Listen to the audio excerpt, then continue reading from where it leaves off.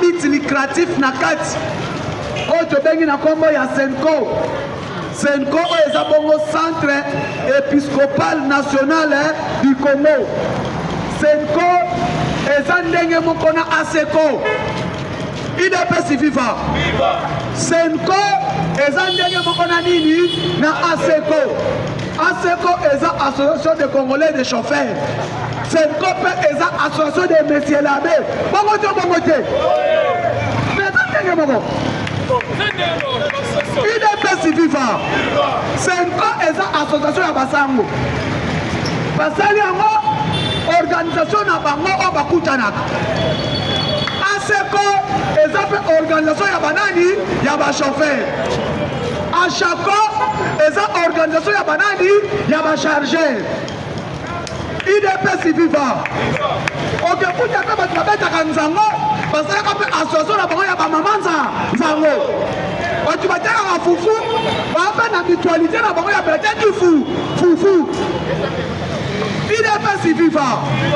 Batu balambaka malewa bape na mutualité na bango ya balambi malewa. Donc Senko est un centre épiscopal national du Congo. Pose à la nakati wana, pose à la sango, IDPS viva. Lelo, tokomeka pas qu'on pèse la dino. Oyeba, parce que Senko, par contre les matins balobakeno, il s'est opposé changement de la constitution. Il n'a pas sango pour salir du boboy. Le peuple congolais était. Le là d'ailleurs, même quelqu'un pour expliquer Dino. Senko est Zani. Senko est Zani les tétés. Catholique est appelé les tétés. Catholique est Zani dans l'église de réveil. Catholique est Zani dans la tataonda. Catholique est Zani dans la Bible. Catholique est Zani dans la Paperlongo. Catholique est Zani dans la Seka. IDPS viva. Tokomeka mpeta ebisabino. Na kati ya catholique na manike basignature mutu asinyame lobi. Baba une décision oya mbongo na shole. Balobi ta toza biso nyo tozu association ya basango. Bino bozwi par na bino biso mpe toboyi. IDPS viva. Ba bino bosigné etali bino. Biso mpe koto toyebi tokosigné te. Évêque akananga. Archevêque akananga. Abimi na décision wana. Archevêque à Chikapa. Abimi na décision wana. Archevêque à Congo central. Abimi na décision wana. IDPS viva. Yakisanto abimi. Yakisangani abimi. Balobi kleke no eloko wana oya. Amongo alinga imposer biso toyebi ke rando ya amongo eza ya gratuité de l'enseignement. Parce qu'il gagnait beaucoup d'argent kuna. C'est quand on a rien expliqué bino. Il y a quelle différence entre Senko et ASECO? Différence exacte. Bango surtout dans une association. L'église catholique est ici. L'église catholique est à Senko. Senko na kati wana basali basanga basangani basali organisation na bango. Nanga biso petoza na parlement debout. Soto obike no na kati ya parlement na soto sali organisation na biso na kati ya parlement debout. Mais organisation na ezo ko engager parlement debout te. IDPS viva. Mais là na ezo solo la mo muketo za na kati ya constitution.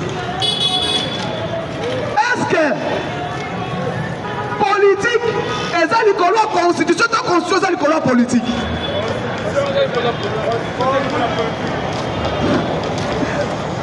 Constitution et ça la politique.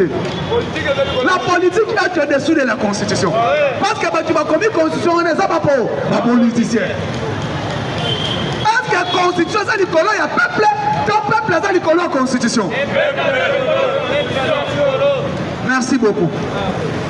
Je pense que tu le connais. Article 5, et le but souverain, la souveraineté appartient au peuple. C'est comme ça la tournie. Politique prime au-dessus de la Constitution. Parce que la Constitution a été écrite par des politiciens. Et si lui. politiciens wana. Ceux qui sont dans la majorité dominent toujours. Dominent toujours. Donc, la seule personne qui peut demander les droits du peuple, c'est le président de la République. Nous devons s'engager que non. Mais on dit que 45% constitution président à Domina Kayango. Il n'est pas si vivant. La souveraine primaire, le peuple. Président lobby donc changer encore par voie à référendum. Faut que tu aies une volonté, il y a peuple. Si tu n'as pas opposé à lobby, tu vas lobby. Aux autres, tu dois que tu n'as pas peuple était. Les dictatures, tu as des dictatures. Président à lobby n'a pas changé en côté. Avant de changer par la voie à référendum, faut que tu aies une volonté, il y a peuple. Président quand il y a une volonté à peuple dans référendum. Si on vit dans mon lobby que non, pas question. Donc on change de. Vit dans mon lobby qu'on change de. On s'en banane. Lélo. Donc pas dit Nadino. Cardinal Ambango.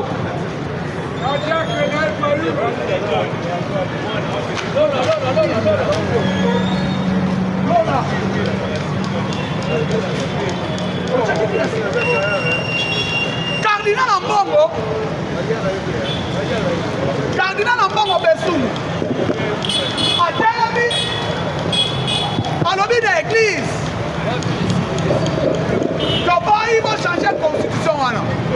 Il y a lobby il va changer la constitution. Ambongo Azana Cardinal. Est-ce que Ambongo Azali Nani de répondre de l'eau Ambongo Aza politicien?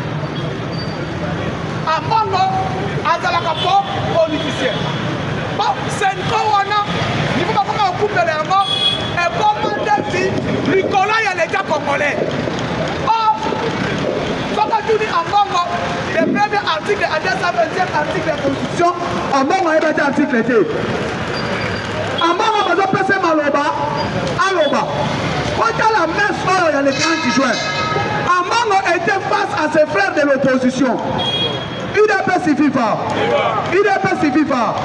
Ambongo était devant ses propres frères de l'opposition. La constitution, la politique domine sur la constitution.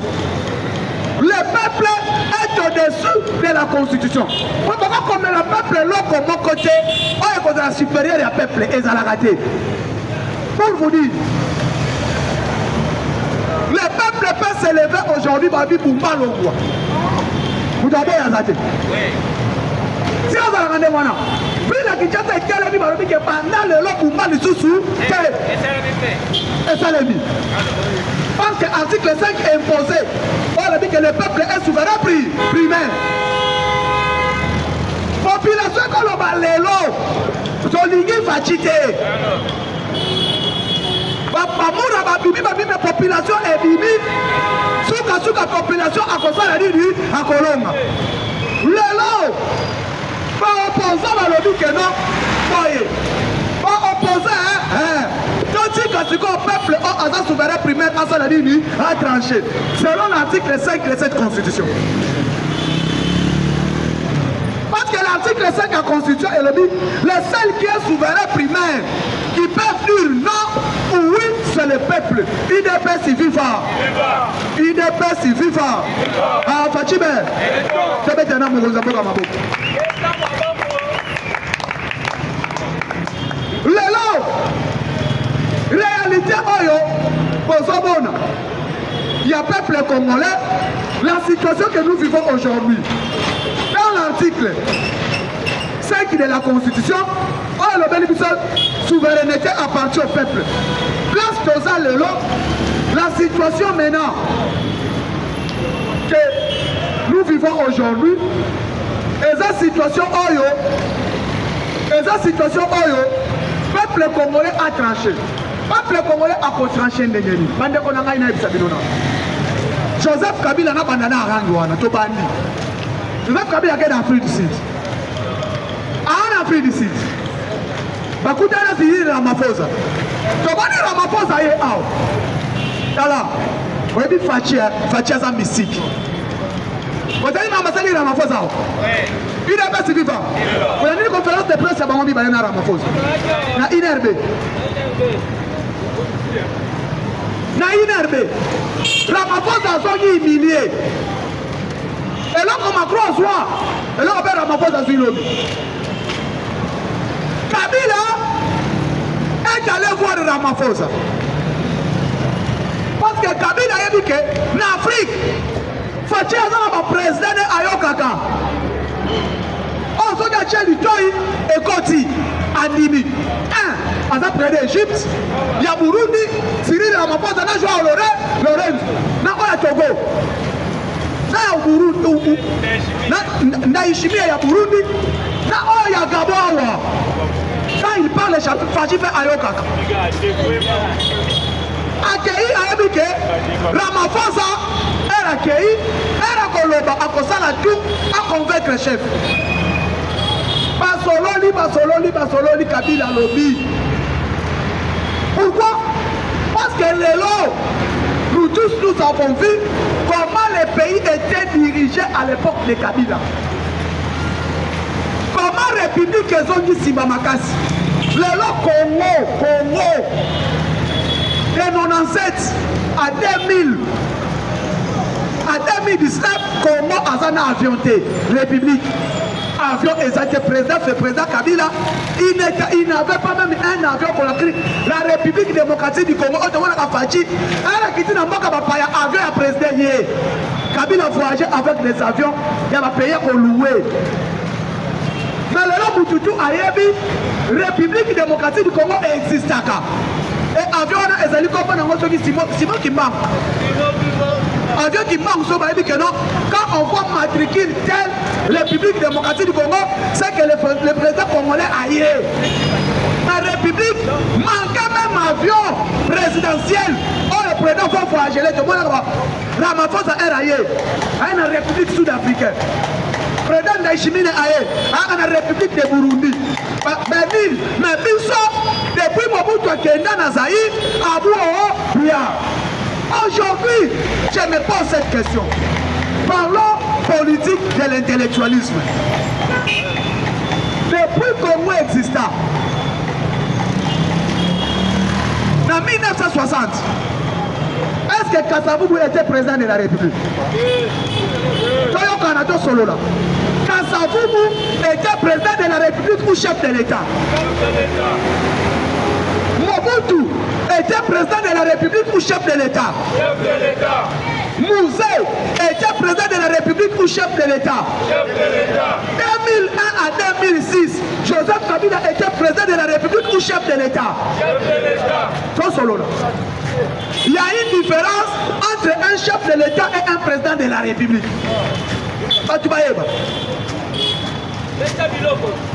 De 64 à 61. Pour être président de la République, c'est lui qui a eu tout un mandat du peuple. Il est président de la République. Il a eu tout un mandat du peuple. C'est lui qui a l'habilité à toucher, de parler de la référendum ou des élections. C'est le président de la République, non le chef de l'État. Kabila en 2005-2006, moi, on a un référendum. Mais il n'y a pas ce qui est mandat. Il n'avait pas mandat du peuple. Il n'a pas retourné le peuple dans le référendum. 2004, 2001, Joseph Kabila n'était pas président de la République. Joseph Kabila n'était pas président de la République, s'il vous plaît. De 2001 à 2005, Joseph Kabila n'était pas 2005, parce que les autres on a 2006. Dans la Constitution, un représentant de la République, c'est celui qui a eu mandat voté par le peuple congolais par voie des îles ou par voie de référendum. Celui qu'on appelle le président de la République. Quand on a vu Constitution à première République, nous avons voté qui Mobutu. Nous avons voté Kasavubu. Nous avons Constitution à première République. Constitution à deuxième République, 64. Nous avons voté qui est.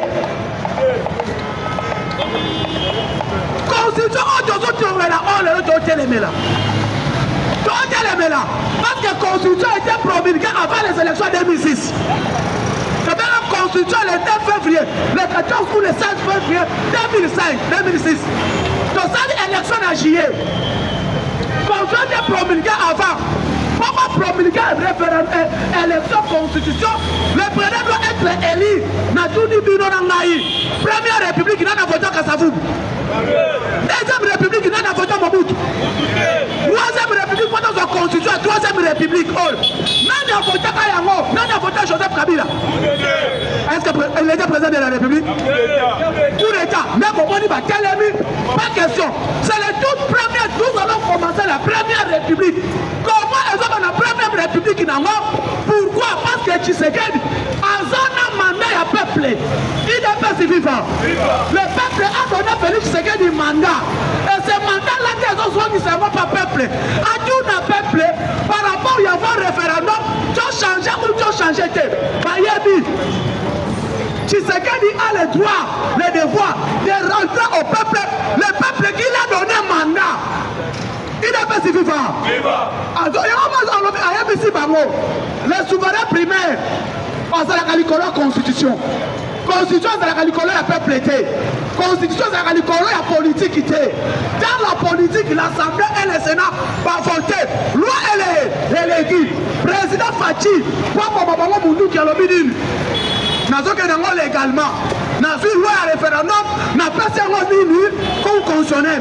Cour constitutionnel, batala, pas vérifier. Cour constitutionnel, elle va aussi dire ça. Et n'a pas promulgué, n'a pas peuple. Pourquoi? Parce que Tshisekedi a un mandat du peuple. Raison pour laquelle on l'appelle président de la République et le chef de l'État. Et la raison n'a pas peuple.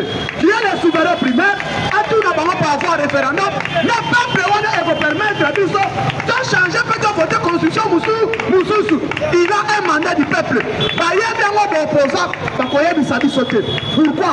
Le peuple congolais a un injure, a la nagaté. Le peuple congolais a un sentiment. Et aujourd'hui, pour vous dire, la première république n'a jamais existé, deuxième république n'a jamais existé, troisième république n'a jamais existé.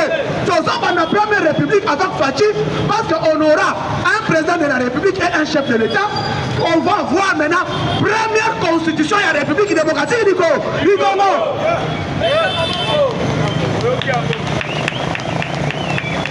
Patouana, place Baza, Bayabike, ce qui est l'équipe est fini.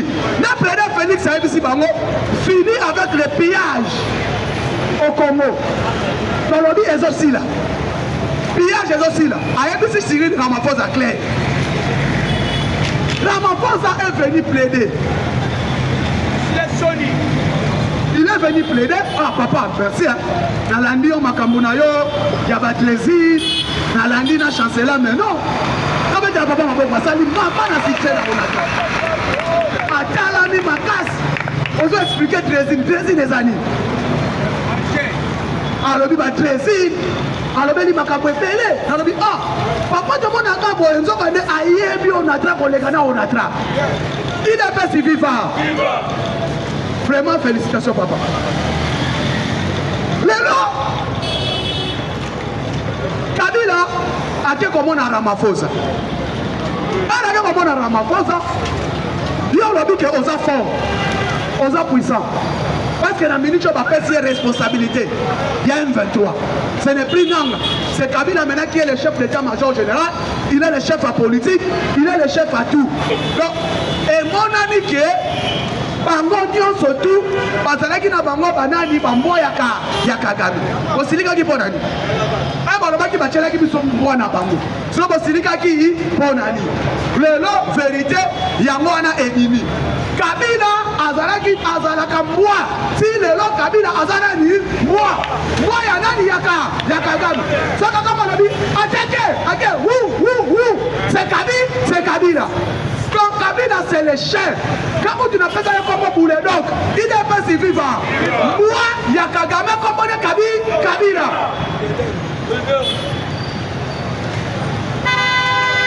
Alléluia. Moi, chef n'a attendu que Kende Koutana na président d'Afrique ici. C'est l'ami de Félix Tshisekedi. Comment quand Félix Tshisekedi a eu mandat, il y a président au Conseil de sécurité. Bonne chance, le chef de l'État a mandat, il y a président au Conseil de sécurité. Na niveau Emati, ça ne va pas. Comme moi qui ai une histoire de Tigala au Salemate, 52 ans après la Coupe du Monde, Atik histoire, l'IDPS vivant. Atik histoire, histoire de Komami. Rapport comment le Conseil de sécurité en football, Conseil des Nations Unies en football, Emati. République démocratique du Congo. A sali exploit na 4e classement du monde en FIFA, 5e classement du monde en FIFA. Donc, République démocratique du Congo est mati.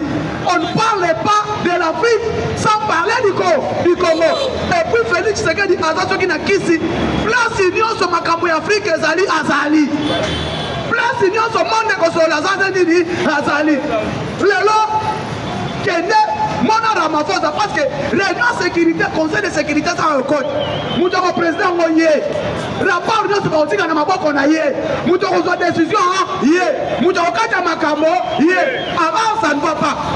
Les 15 juillet awa États-Unis chaki koroga Kurono na ye. Toye bite ko suka ndenge ni kende. Kabila mwape. Et pas prendre Afrique du Sud.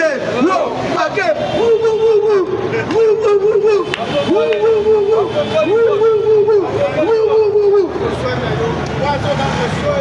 Bien, pose au gang. Moi, pose au gang.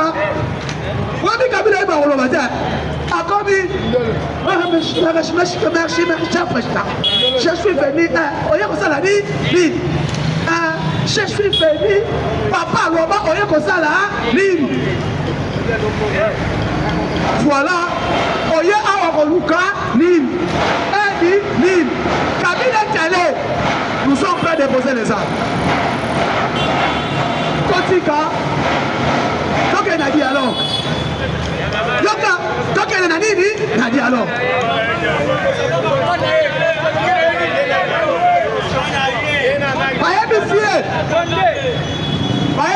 Président Félix a réussi Ramaphosa. Nandini dialogue wana. Aleka na TV5, France 24, Télé News, tous les médias. Aloba a condamné l'agression de Aloba que Rwanda Mutabo. Que non, Ngai Kabila, na Rwanda, n'est bomi batunyo sona na est. Papa, Cléboa. Fachi, à ABC Ramaphosa, je suis prêt de dialoguer aujourd'hui. Nous avons convoqué Yango. Mais, par mon union, surtout on a sangisa Bango. Face à la déclaration que Rwanda a mis 30 millions de Congolais na Est. Rwanda n'a biso, tu as mis 30 millions de Congolais na Est. Rwanda n'a biso, tu as mis ba Congolais jouer un match à Léopard dans l'Ouzbékistan. Tu as mis Rwanda n'a biso, tu as mis force pour commune à Kishiche. Oh, tu as mis 3000 personnes à Kishiche et Zabiso. Ramaphosa lobi, mais papa, atakutungai. Nake de Kolobanga. Pendant que Fatia Sala Nemana, nous y a déposé la plainte. Le Conseil de justice international. Plainte des alliés. Pas quand la bâtiment soit pas bombé dans Est. Si vous avez les cas dans les médias, le bac est naïf dans la bombe qui bat dans Est.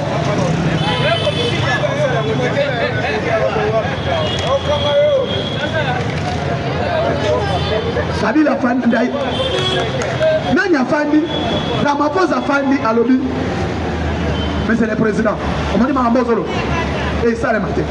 Ah bien ça le matin. Dialogue paix exact. On va dialogue Salem. Balé Kaba condamné agresseur rwandais.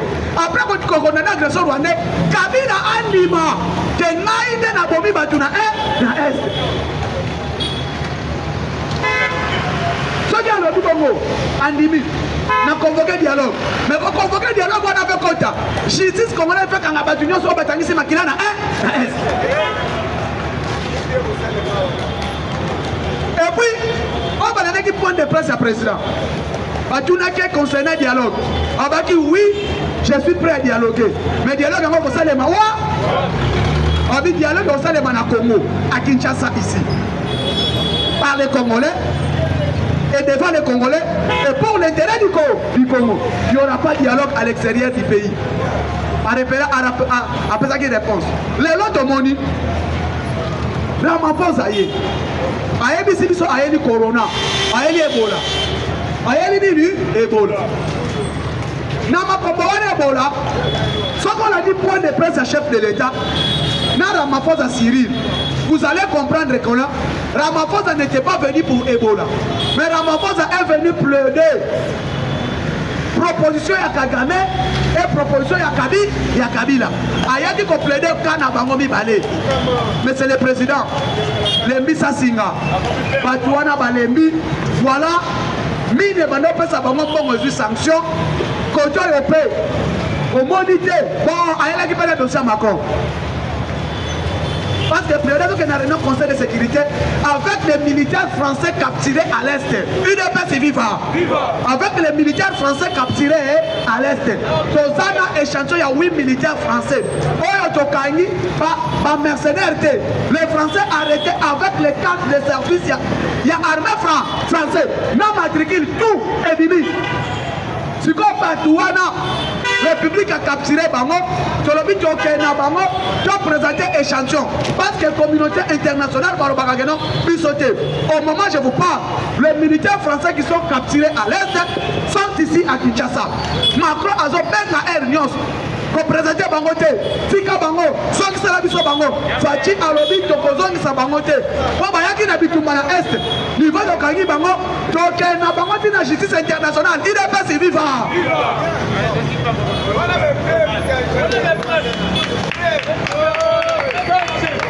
Alobi, un président est clair. Ayapisi Ramaphosa clair. Aucun opposant, aux personnes qui peut m'interdire, moi le président de la République, de demander et de parler avec le peuple congolais. Yona Nyoboya.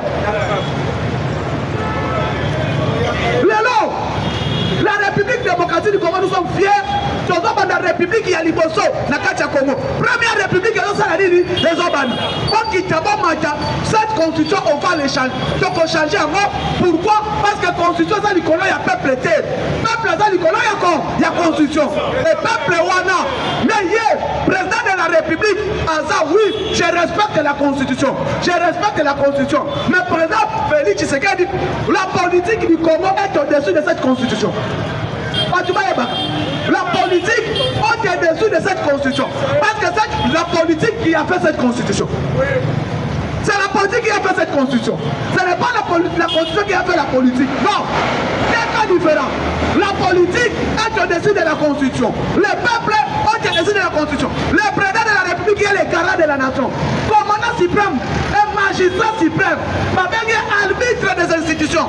Arbitre de cette. C'est lui qui veille sur le respect de la constitution. Ce n'est pas celui qui veille sur le respect de la politique. Il veille sur le respect de la politique parce qu'il est le politicien numéro 1. Joseph Kabila Lobiboy. C'est ma constitution. C'est normal que tu te Toboya yango, le monde Toboya yango il dépêche, il y a pas de qui a changé yango. Mais tu as changé yango pour le peuple. Il n'a pas le bosser le peuple, bosser le peuple. Le lope sangaï, la qui sangaï c'est la Kabila tira la Kinshasa. Oh, ça 10 km. On voit sangaï boulevard. Boulevard il y a ça là à Grandira. Ezalaki abakisa. La Kisangaï, na telle commune, c'est là où est bandit pointi quoi, Kabila Mutatika yango. Olongwe, la Kisangaï toilette publique, à terre à coup direct, au Kabila Tika na Mboko.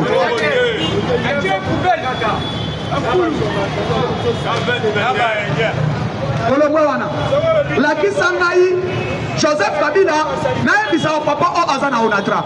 Joseph Kabila continue président en 2001. À Kouta Onatra na 20 bateaux. Na kosi papa. A Tikuta on a 20 bateaux. Mouzé, Mobutu Kenda Tika Congo na 28 bateaux. 28 bateaux. Mouzé accueilli à Tiki 24. Azokupa on a déjà 24 navires, bateaux. Kabila qui a hier président, on a 24 bateaux, à Tiki on a 0 bateaux. Atika on a train à zéro bateau. Bateau tout est comment il y a généraux. Il y a officier. Ayebi. Akouti on attrape. Joseph Kabila Akouti on attrape. Na 12 trains. Mbiso na matadi. On a voyagé dans le train scolaire, on a tremblé. Papa n'a pas si. Et que tous les trains, Fatia Kouti, on a train à zéro bateau. À Kouti, on a train à zéro train. À Kouti, c'est na train 7, 0. Lelo, Botala. Batutu, Bamoni, train et le moins gare central et aéroport. Et c'est Asika. Tu sais que. Batutu, Bamoni, train et le moins gare central. Et que matadi et ça tu sais que tu vas moni train lelo CNCC ana 4 trains tu sais que tolo bela bile moya fachi ya fachi soko kei lelo okokuta ke c'est tu sais que qui a réuni 4 communes différentes seulement la route inexistante avenue qui quitte na yebiso avenue nini qui quitte Tshisekedi, aujourd'hui qui tombe sur la Kisenso, parce que là, vous avez un papa na consi. Au fond, on a Kisenso. Et que tu vois, puis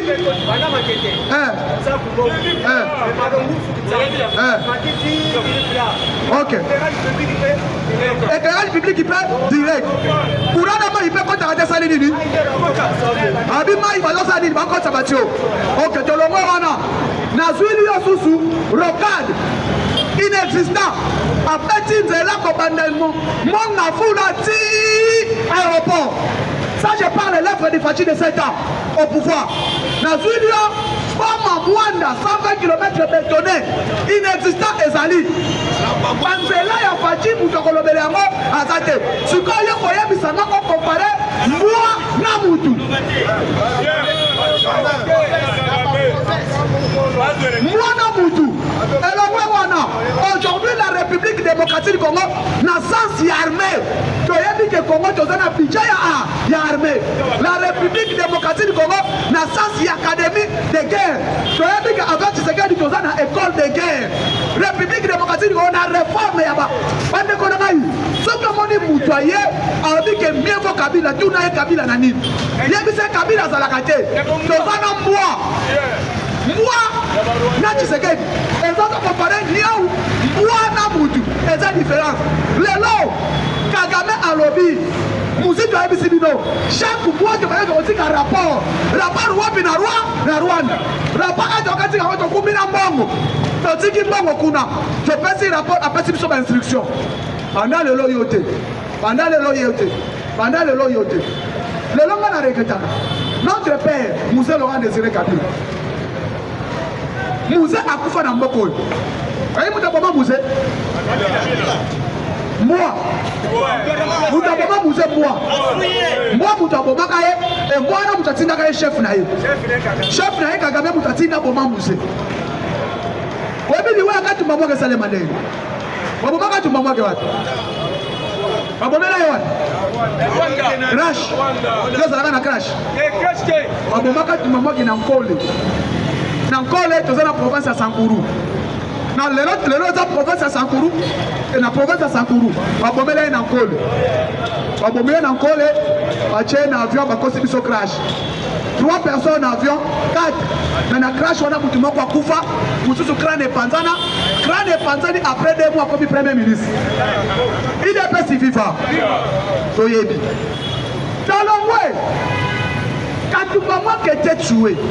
Pourquoi? Parce que quand tu m'as moi que tu allais demander à Kagame. Joseph Kabila a mandat aussi là. Je reviens en 2013, 2012. Mandat aussi là. Pendant qu'on préparait là, il faut remplacer Joseph Kabila. Là, quand tu m'as moi que préparer remplacer Kabila, c'était Maurice Katumbi. Parce que pour l'Union européenne, il ne faut pas donner le Congo à un Congolais fils de père et mère. Pourquoi reverse Koyeba Tokoliate? Parce qu'après la mort de Mouze, on est allé chercher un bonhomme au Rwanda. Un bonhomme au Rwanda. Là, vous avez dit bonhomme, là, vous avez dit chien. Là, bien.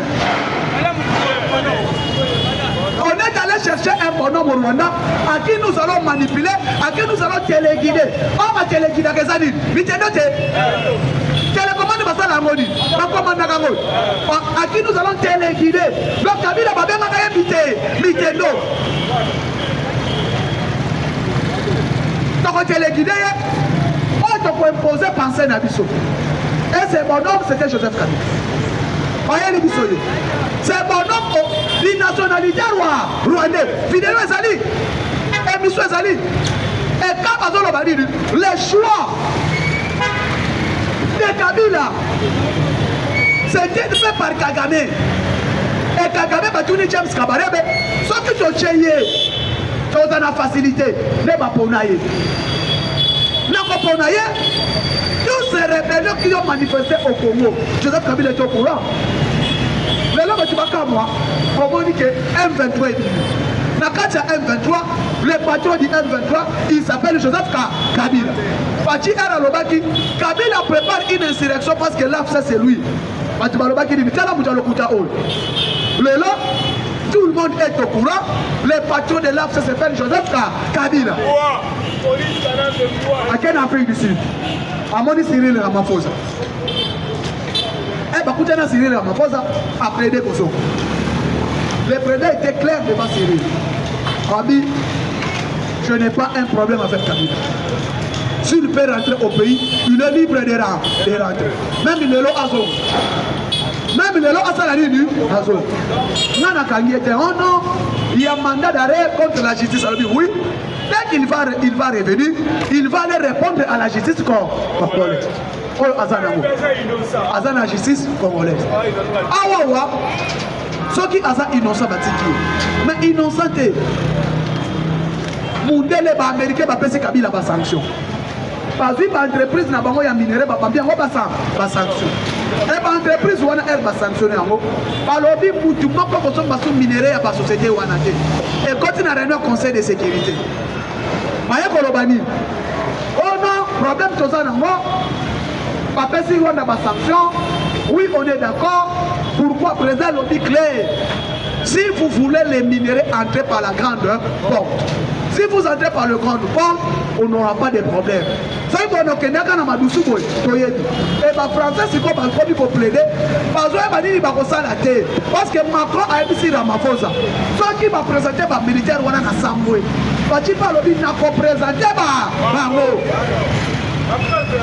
parce que Burkina Faso ne peut pas rompre les relations de France. Et là, on a un militaire français. Elle a représenté Bango. Bango, elle a Bango en prison en France. Après, il faut rompre les relations diplomatiques en France. Madame Thérèse Kaikwamba Wagner a convoqué l'ambassadeur français ici. Yanga, Kalaba militaire au Bazabanan. Oh non! Militaire Balobi, c'est notre frère. Alors Moutombo Ketens, Moutombo, militaire Balobi, Balobi que oui, ce sont nos militaires français. Balobi Baye Kosari na Est de la République démocratique du Congo. Habito comme ma bangoti na Conseil de sécurité ONU. Donc présenté na Conseil de sécurité ONU, quand vous te le bagage non, Bitumba Est, Rwanda, Azalaka, na communauté internationale Boboya. Oyo, oui militaires français, des oyo polonais, oyo, Turcs. Bref, je suis Yamoana. Donc, il y a un conseil de sécurité à ONU. Le 15 juillet, les Américains ont dit que non, il ne faut pas évaluer. Banani Balongo, Banani Balongo. Cela dit, les ministres en communication. Le ministre en communication et médias, Patrick Mouya, est clair. Parce que pour l'autre, ça lobby que non, les deux côtés ne respectent pas l'accord de Washington. Patrick Mouya a recadré Massad Boulos. A ébissé, dites-nous, les Congos ne respectent pas l'accord de Washington. Comment expliquer Bissouepé? L'accord de Washington, la République démocratique du Congo a respecté à la lettre. Mais celui qui ne respecte pas l'accord de Washington, les Rwanda. Question à ma FDL. Question à ma échange à ma prisonnier. La République démocratique du Congo l'a fait. Bonne volonté, a vu ma prisonnier à Pessi. Voilà qui s'habille sur Rwanda à Sali. Concernant respect, il y a des engagements. Il y a des forces négatives au Tobégi ma FDL. Patrick Mouya a lobby boy. Concernant des engagements de force négative FDLR. La République démocratique du Congo est prête. Si les 5 localités où nous devons désactiver les FDLR sont contrôlées par l'armée rwandaise. Il faut Rwanda se retirer. Et puis, si tu désengagé par FDLR, tu as par FDLR, tu as désactivé. Mais aujourd'hui, le monde entier savent. Le ministre de la Communication, Excellence Patrick Mouya, a expliqué à la lettre. Le monde entier savent. Rwanda utilise prétexte à FDLR comme menace pour les Rwandais. Les FDLR n'a jamais été menace pour les Rwandais. Au contraire, les FDLR c'est une menace pour la République démocratique du Congo. Depuis 1994 que les FDLR sont chez nous. 1994 à aujourd'hui, 32 ans passés. Il y a mis ça à âge, Nini. Est-ce que c'est peut-être comme Boudabitumba? Les FDLR ne présentent jamais menace pour les Rwandais. Le ministre de la Communication Patrick Mouya est clair que le porte-parole du gouvernement devant les médias internationaux a expliqué Kagame savent. C'est les Rwandais qui disent au Congo et c'est les Rwandais qui tuent dans le sol congolais. C'est l'armée rwandaise, non les M23. Les M23 n'est que Dieu le Père, n'est le Père qui est Kagame, Dieu le Fils qui est Joseph Kabila, et les M23 sont des enfants de Dieu le Père qui est le bon Kagame. Raison pour laquelle le président a appelé l'ancien président Chan. Pourquoi? Parce que l'ancien président prenait les ordres de son maître qui est Joseph Kabila. Pas qu'on s'habille notre temps. Oh non, comment on respecte l'accord de Washington? L'ouvre-nous. Le Congo est prêt pour la paix. Parce que Fachi c'est quelqu'un qui aime la paix. La République démocratique du Congo prône pour la paix. Mais le problème c'est Rwanda, Abdi Manakata Mboka Nabiso, il est pas si vivant. Il y a un moment que Patrick Mouyaya, il est fort, parce que dès qu'il y a un conseil de justice internationale pour déposer toute une plainte documenter le massacre de la République démocratique du Congo fait par Kagame et ses chefs au Congo qui est Joseph Kabila Nabananga. Bazana Bango Bakwa, il y a Paul Kagame. Le lot, les Abolobé été Fachi a pris ma proposition nyonso. Oh Ramaphosa aye nango. Et que lobby, il faut respecter le côté. Il faut respecter l'accord de Washington. Avant on a mis ça, il y a l'accord de Washington. Ceux qui sont l'accord de Washington sont prêts. Ceux qui sont d'accord de Washington sont prêts. Il est prêt, c'est vivant. Merci beaucoup. Fatima, l'amour de la patrie coule dans son ADN. Et sa ville est la urne.